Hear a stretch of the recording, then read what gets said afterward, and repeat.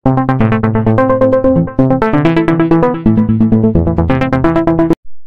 बच्चों, smart studies में आप स्वागत करता हूं। और आज हम क्लास 11 के वोकेशनल एजुकेशन के तहत sales associated services to the customer के बारे में देखेंगे। यानी एक विक्रय सहायक कस्टमर सर्विस किस प्रकार से प्रोवाइड करता है और उसकी क्या क्या रिस्पॉन्सिबिलिटी होती है उसके बारे में जानेंगे। तो ये वीडियो काफ़ी इंपॉर्टेंट होने वाला है और इस वीडियो को शुरू से आखिरी तक देखिएगा ताकि आपको ये कॉन्सेप्ट पूरी तरीके से क्लियर हो जाए। तो चलिए वीडियो शुरू करते हैं। सबसे पहले कॉन्सेप्ट ऑफ कस्टमर। कस्टमर होते क्या हैं? कस्टमर व्यापार और वाणिज्य में एक ग्राहक एक व्यक्ति या व्यवसाय होता है जो किसी व्यवसाय द्वारा उत्पादित वस्तुओं और सेवाओं को खरीदता है। ग्राहक दो व्यापक खंडों से संबंधित हो सकते हैं। यानी ग्राहक वो होता है जो किसी उत्पाद को और या सेवाओं को खरीदता है, यानी पैसे देकर खरीदने वाला क्या कहलाता है? ग्राहक। ठीक है।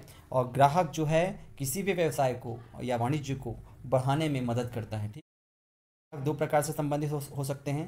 पहला वो एक उद्यमी हो सकता है जो सामान को खरीद कर बेचता है, और दूसरा वो हो सकता है जो सामान को खरीद कर बेचता नहीं है बल्कि वो उपभोक्ता होता है उसका। ठीक है।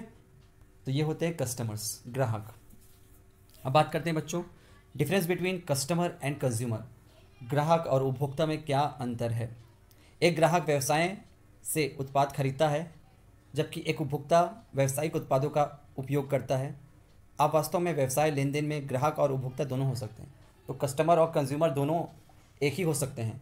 कस्टमर जो है क्या करता है? सामान को खरीदता है, और कंज्यूमर उसका उपभोग करता है यानी उपयोग करता है। ग्राहक व्यवसाय में सबसे महत्वपूर्ण भूमिका निभाते हैं। ग्राहक वह है जो उत्पादों और सेवाओं का उपयोग करता है और उन उत्पादों और सेवाओं की गुणवत्ता का न्याय भी वही करता है। इसलिए किसी भी संगठन के लिए यह ज़रूरी है कि वह ग्राहकों को बनाए रखने के लिए, नए ग्राहक बनाए रखने के लिए, अपने व्यवसाय को विकसित करने के लिए ग्राहकों से बेहतर रिलेशन बनाकर चले, एक अच्छा संबंध बनाकर चले। इसे बोलते हैं CRM, कस्टमर रिलेशनशिप मैनेजमेंट। तो ग्राहक यानी ग्राहक एक राजा होता है जो पूरे व्यवसाय को चलाने में मदद करता है। ग्राहक ही नहीं होंगे तो व्यवसाय का चलना मुश्किल नहीं, नामुमकिन है। तो उत्पादों को जब वो सेवा खरीदेंगे और उन सेवाओं को ग्रहण करके उसका सही प्रतिक्रिया देंगे तभी वो व्यवसाय आगे बढ़ेगा। ग्राहकों को हमेशा या आपको ग्राहकों को मैनेज करना भी आना चाहिए।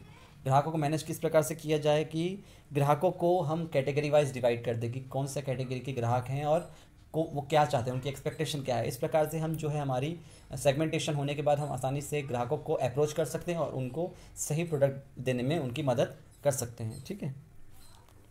अब बात करते हैं बच्चों टाइप्स ऑफ कस्टमर्स की। कस्टमर्स कितने प्रकार के होते हैं?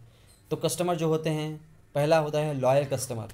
लॉयल कस्टमर मतलब होता है वफादार ग्राहक। ऐसे ग्राहक जो हमेशा आपके दुकान में हमेशा आते हैं, रोज़ आते हैं और वो काफ़ी वफादार होते हैं, काफ़ी सजग होते हैं इस मामले में। ठीक है। इस प्रकार के ग्राहक की संख्या वाकई में कम होती है, लेकिन वे आपके दुकान के अलावा किसी दुकान में और नहीं लेंगे। ठीक है। अन्य ग्राहकों की तुलना में ये अधिक बिक्री और लाभ को बढ़ावा देते हैं। इस प्रकार के ग्राहक समय के साथ साथ संगठन को पुनर्जीवित करते हैं, इसलिए बातचीत करना और नियमित रूप से उनसे संपर्क बनाए रखना अति आवश्यक है। ऐसे ग्राहकों के साथ आप ज़्यादा से ज़्यादा लंबे समय तक इनके साथ एक अच्छा संबंध बनाकर रख सकते हैं। दूसरा है डिस्काउंट कस्टमर। डिस्काउंट कस्टमर वो होते हैं जो अक्सर हमेशा डिस्काउंट के लिए आतुंग रहते हैं, हमेशा देखते रहते हैं कब डिस्काउंट निकले, कब हम कुछ चीज़ को खरीदें। वो हमेशा ऑफर्स की तलाश में रहते हैं। जब भी कोई डिस्काउंट और किसी उत्पाद में निकलता है या ब्रांड में निकलता है तो डेफिनेटली वो तुरंत जाकर उसको खरीद लेते हैं। तीसरा है इम्पल्सिव कस्टमर। इम्पल्सिव कस्टमर वो होते हैं जो आवेग में आकर कोई वस्तु को खरीदते हैं। उनका मन अगर जैसा बोलेगा वो ऐसा कर लेते हैं। अगर वो आवेग में आकर तुरंत मुझे प्रोडक्ट चाहिए तो अपना ईगो में वो खरीद सकते हैं। ठीक है। मतलब वो तुरंत वस्तु को खरीदने में विदाउट एनी थिंकिंग, कोई बिना सोचे समझे वो चीज़ को खरीद लेते हैं। ठीक है। और ऐसे ग्राहक जो है उस समय उन्हें ये पता नहीं होता कि क्या अच्छा है क्या बुरा है, कौन सा उत्पाद उन्हें खरीदना चाहिए, कौन सा नहीं खरीदना चाहिए। तो ऐसे ग्राहक को संभालना और उनको मैनेज करना काफ़ी बड़ी चुनौती होती है, क्योंकि विशेष रूप से एक उत्पाद की तलाश नहीं कर रहे होते, वे कई सारे उत्पादों को देखते हैं, परखते हैं और उनको खरीद लेते हैं। ठीक है। वो सबको जानने की जिज्ञासु रहते हैं। उसके बाद है need based customer. Need based customer वो होते हैं जो आवश्यकता पड़ने पर कोई चीज़ को खरीदते हैं। यह ग्राहक उत्पाद विशिष्ट होते हैं, केवल उन वस्तुओं को खरीदने के लिए जाते हैं जिनका वे उपयोग कर चुके हैं और जिनके लिए वो अभ्यस्त हैं। ऐसे प्रोडक्ट को वो खरीदते हैं जो यूज़ कर चुके हैं और जिनको वो प्रोडक्ट काफ़ी सूट करता है, काफ़ी अच्छा रहता है। तो ऐसे ग्राहक जो है बहुत ज़्यादा फ्रिक्वेंट नहीं होते, लेकिन ज़्यादातर समय ये खरीदने में लिप्त नहीं होते और इसलिए उन्हें संतुष्ट करना थोड़ा मुश्किल हो जाता है, क्योंकि वे एक ही ब्रांड के ऊपर जाते हैं, एक ही प्रोडक्ट के ऊपर जाते हैं। नेक्स्ट है वेंडरिंग कस्टमर। वेंडरिंग कस्टमर जो होते हैं इधर उधर घूमने वाले ग्राहक होते हैं। ऐसे ग्राहक जो है आमतौर पर उद्योग में या फिर अधिकांश समय में ये इधर उधर घूमने में आप देखते हैं ग्राहक जो है कभी खरीदने का मूड नहीं रहता इनका, ये खरीदने के लिए नहीं आते दुकान में, ये केवल जो है टाइम पास करने के लिए या फिर प्रोडक्ट को देखने के लिए या फिर प्रोडक्ट को इधर से उधर करने के लिए ये ऐसे ग्राहक आते हैं, इनका उद्देश्य खरीदना नहीं होता। तो ऐसे ग्राहक से हमें बचना चाहिए। अब बात करते हैं बच्चों concept of customer service. Customer service होता क्या है? सबसे पहले कस्टमर सर्विस में हमें ये चीज़ ध्यान देना पड़ता है कि important in perceiving brands.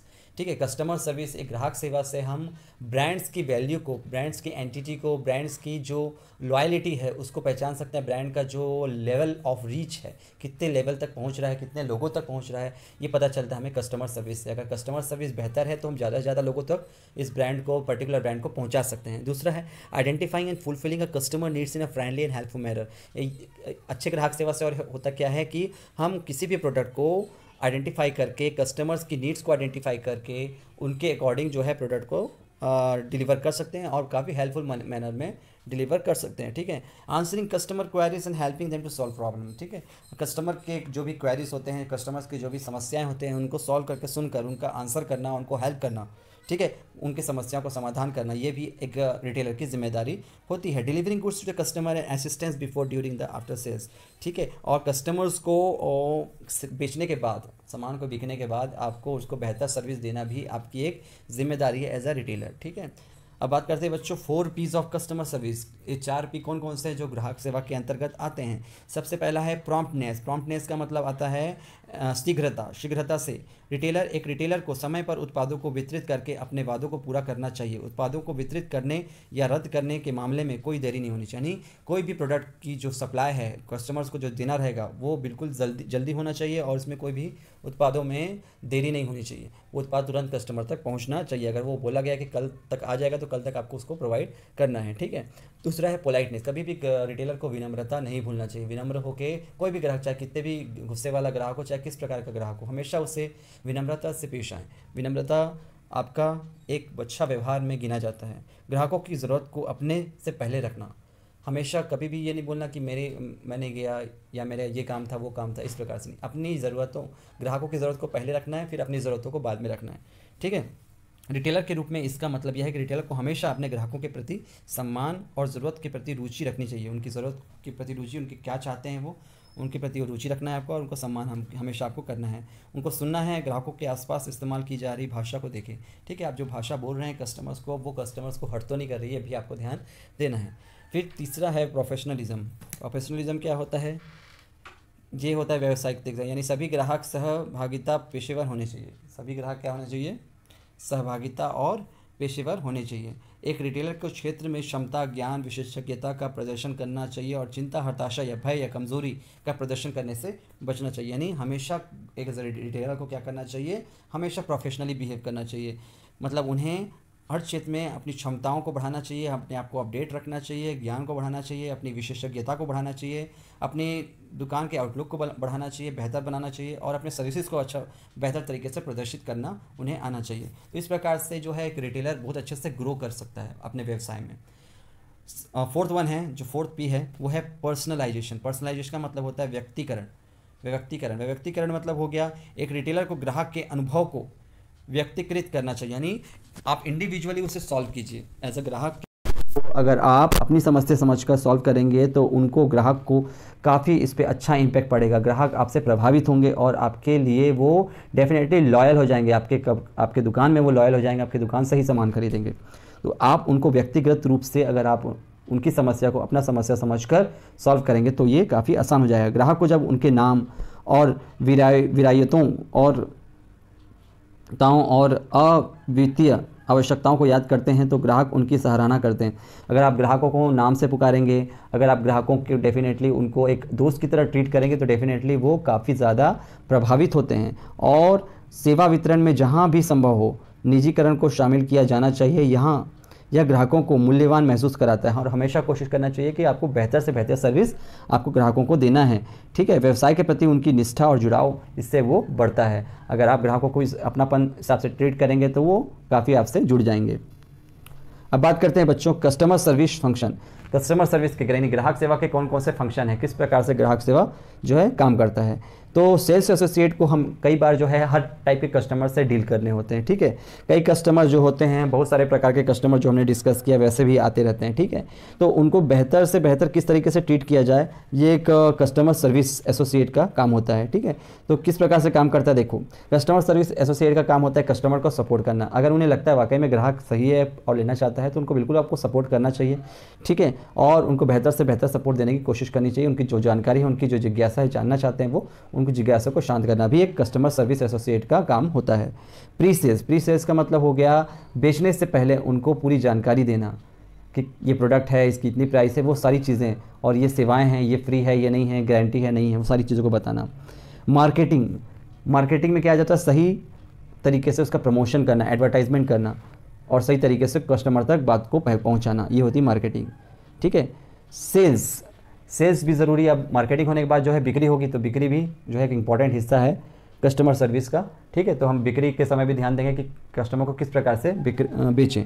Technical support, अगर हम टेक्निकल सपोर्ट देंगे कोई कस्टमर्स को, अगर वो चाहता है कि व्हाट्सअप के माध्यम से उसे जानकारी मिल जाए, तो व्हाट्सअप के माध्यम से आप उन्हें वो भेज सकते हैं, या फिर किसी भी सोशल नेटवर्किंग साइट के थ्रू भेज सकते हैं। उससे वो चाहे परचेस कर सकते हैं, आप लिंक डाल दीजिए, उससे वो डायरेक्ट जाके वो परचेस कर सकते हैं। इससे आपके अकाउंट में पैसे आ जाएंगे और वो प्रोडक्ट आप उनको डिलीवर कर सकते हैं। आप ऑनलाइन टेक्निकल सपोर्ट भी दे सकते हैं। सोशल मीडिया और कस्टमर सर्विस, सोशल मीडिया जैसा मैंने अभी कहा कि सोशल मीडिया, फेसबुक, ट्विटर है ना, इंस्टाग्राम, व्हाट्सअप, ये सब के माध्यम से भी हम जो है प्रोडक्ट को अपना प्रमोट कर सकते हैं, जानकारी दे सकते हैं कस्टमर को, और कस्टमर से अच्छा कम्युनिकेशन हम यहाँ पर बनाकर रख सकते हैं, ठीक है। अब बात करते हैं कस्टमर सेटिस्फेक्शन। अब जब कस्टमर जब ये चीज़ खरीद लेता है, अच्छा कस्टमर सर्विस उन्हें मिल जाता है, तो कस्टमर क्या हो जाते हैं, संतुष्ट हो जाते हैं। तो ग्राहक संतुष्ट कब होते हैं, क्या होते हैं, देखिए ग्राहक संतुष्टि तब होती है जब एक खुदरा अनुभव के माध्यम से प्रदान की जाने वाली मूल्य और ग्राहक सेवा उपभोक्ता की अपेक्षा को पूरा करता है। जब ग्राहकों की अपेक्षा पूरी हो जाती है तब ग्राहक संतुष्ट होते हैं। जब उनकी अपेक्षाएँ खुदरा स्टोर से उनकी ज़रूरत के अनुसार वो पूरी हो जाती है तब ग्राहक क्या होते हैं, संतुष्ट होते हैं। उसमें अधिक हो या फिर कम हो, ग्राहकों की संतुष्टि यह मापती है कि किसी कंपनी द्वारा दिए गए उत्पादों और सेवाओं की ग्राहक की अपेक्षाओं को कैसे पूरा किया जाए और उसे कैसे पार किया जाए, ठीक है। ग्राहक सेवा से हम ये, ग्राहक की संतुष्टि से हम ये न जान पाते हैं कि उत्पाद जो कंपनी बनाया है वो ग्राहकों की अपेक्षाओं पर कितनी खरी उतरी है ना। अगर खरी नहीं उतरी है तो क्यों नहीं उतरी है, उसके क्या क्या रीजंस है, तो वो सब एनालिसिस करके, वो सब विश्लेषण करके उसमें प्रोडक्ट में चेंजेस करके दोबारा प्रोडक्ट को लॉन्च किया जाता है। तो कंपनी इस हिसाब से एनालिसिस करती है कि ये प्रोडक्ट जो है ग्राहकों को कितना पसंद आया, उम्मीदों पर कितना खरा उतरा है। किससे पता चलता है, ये फीडबैक से, ठीक है, सेल से। इंपॉर्टेंस ऑफ कस्टमर फोकस क्यों ज़रूरी है, देखिए customers are the valuable assets of any organisation. Customer जो होते हैं, ग्राहक जो होते हैं, किसी भी ऑर्गेनाइजेशन के एक बहुत ही मूल्यवान पार्ट होते हैं, ठीक है। The success of any organisation depends on the satisfied customer. और ग्राहक की संतुष्टि पे ही डिपेंड है किसी भी ऑर्गेनाइजेशन, किसी भी संस्था का सक्सेस, है ना, यानी उसकी सफलता उन पर डिपेंड करती है। Satisfied customer tend to purchase frequently and more, है ना। और हमेशा आप देखेंगे संतुष्ट ग्राहक हमेशा रेगुलरली वही सामान को खरीदेंगे जिन्हें वो पसंद करते हैं, ठीक है। The manufacturing and service organisation use computer satisfaction as a measure of quality, ठीक है। और जो मैन्युफैक्चरिंग सेक्टर है और सर्विस सेक्टर है, जो बनाता है, निर्माण करता है प्रोडक्ट का और जो सर्विस सेवाएं देता है, ऐसे सेक्टर जो है कस्टमर सेटिस्फैक्शन को क्वालिटी मेंटेनेंस के लिए यूज़ करते हैं। हमेशा वो देखते हैं कि अगर ग्राहक संतुष्ट है तो वो क्वालिटी से कॉम्प्रोमाइज़ नहीं करते हैं, है ना। जो क्वालिटी अगर दे रहे हैं, अब तक आ रहे हैं, वो क्वालिटी देते रहेंगे, है ना। आप देखेंगे कई प्रोडक्ट्स पे लॉयल कस्टमर्स होते हैं, वो उस प्रोडक्ट को हमेशा खरीदते हैं क्योंकि वो जानते हैं कि कंपनी हमसे कभी भी चीट नहीं करेगी, इससे कंपनी डूब सकती है, ठीक है। The identifying the customer expectation is the key to satisfy the customers, ठीक है। कस्टमर के एक्सपेक्टेशन को पहचानना ही क्या है, कस्टमर को संतुष्ट करना होता है, ठीक है। कस्टमर के एक्सपेक्टेशन को पहचान गए तो आप कस्टमर को आसानी से संतुष्ट कर सकते हैं। अब बात करते हैं बच्चों कस्टमर रिटेंशन की।